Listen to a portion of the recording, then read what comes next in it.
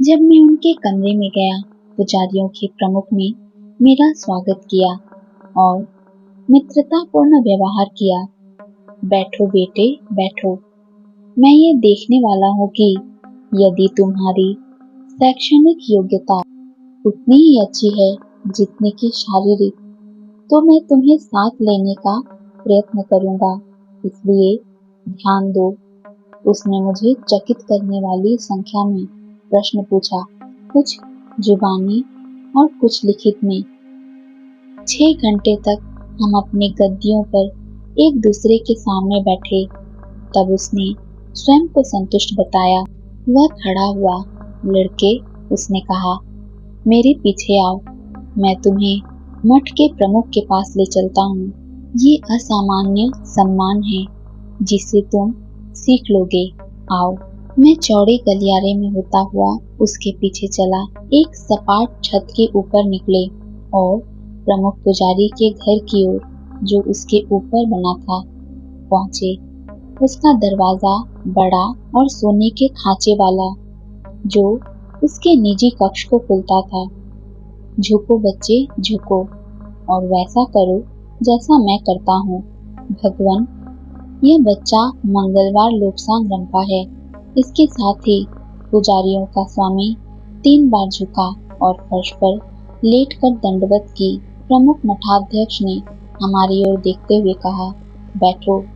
हम गद्दियों पर पालथी मारकर तिब्बती तरीके से बैठकर लंबे समय तक एवट स्वामी मुझे देखता रहा। तब उसने कहा, मंगलवार लोबसांग रंपा, मैं तुम्हारे बारे में सब कुछ जानता हूँ। वह सब जो भविष्यवाणी में कहा गया है। तुम्हारी सहन शक्ति के संबंध में ली गई परीक्षाएं कठिन रही हैं, लेकिन तुम्हारे भले के लिए इस कारण को तुम बाद के वर्षों में जानोगे।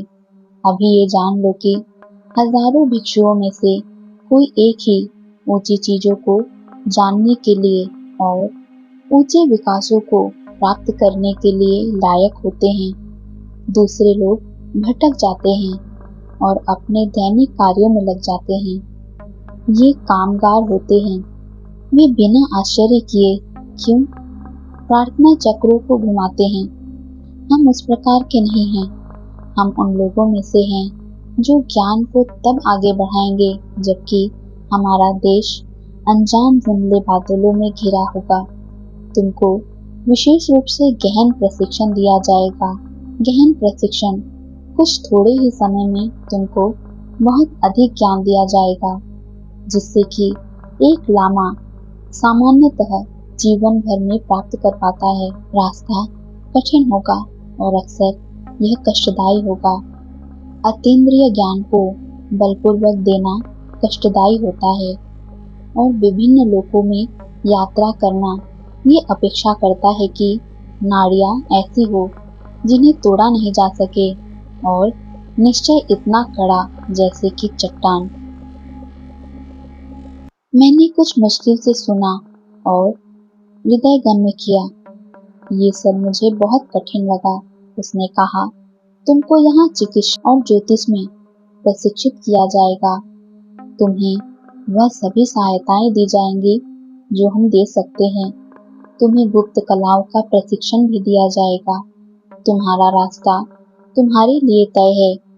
मंगलवार लोबसांग रंपा, यद्यपि तुम अभी 7 साल के ही हो, लेकिन मैं तुम्हें वयस्क आदमी की तरह मानता हूँ, क्योंकि तुम्हें इसी प्रकार से पाला और बड़ा किया गया है।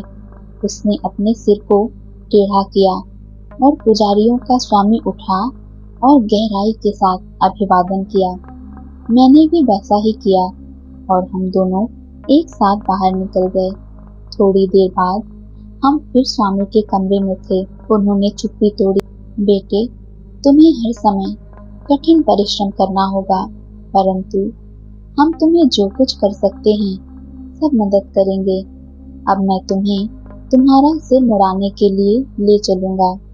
तिब्बत में जब कोई लड़का पुजारी बनता है तो उसका सिर एक चोटी को छोड़कर पूरा मोड़ दिया जाता है। जब लड़के को पुजारी नाम दिया जाता है तब ये चोटी भी हटा दी जाती है और पहला नाम छोड़ दिया जाता है। पुजारियों के प्रमुख मुझे घुमावदार रास्ते से छोटे कमरे में ले गया। नाई की दुकान थी जहां मुझे फर्श पर बैठने के लिए कहा गया। इसे इसका नाम तुरंत दिया जाना है। उसने 3 धार वाला रेजर लिया, जैसा हम घर पर फर्श को खुरचने के लिए उपयोग में लाते हैं। अंत में लंबे समय के बाद मुझे लगा कि मेरा सिर पूरी तरह से बालों से नंगा कर दिया गया। मेरे साथ आओ, स्वामी ने कहा। वह मुझे अपने कमरे तक ले गया और मेरे सामने एक बड़ी किताब रखी। अब हम तुम्हें कैसे पुकारें? वह अपने आप बड़बड़ाता गया। तब, ओह, हम यहाँ हैं। अब से तुम यत्सा मेघ डमार लाहलू के नाम से पुकारे जाओगे। तथापि इस पुस्तक के लिए मैं अपना नाम मंगलवार लोब्सांग रंपा ही प्रयोग करता रहूंगा, क्योंकि ये पाठकों के लिए आसान है। नए दिए गए अंडे की तरह अपने आप को नंगा महसूस करता हुआ मैं एक कक्षा में ले जाया गया। घर पर इतनी अच्छी शिक्षा पाने के बावजूद मुझसे औसत से अधिक ज्ञान रखने की अपेक्षा की जाती थी। इसलिए मुझे 17 साल की उम्र वाले पुजारियों की कक्षा में रख दिया गया।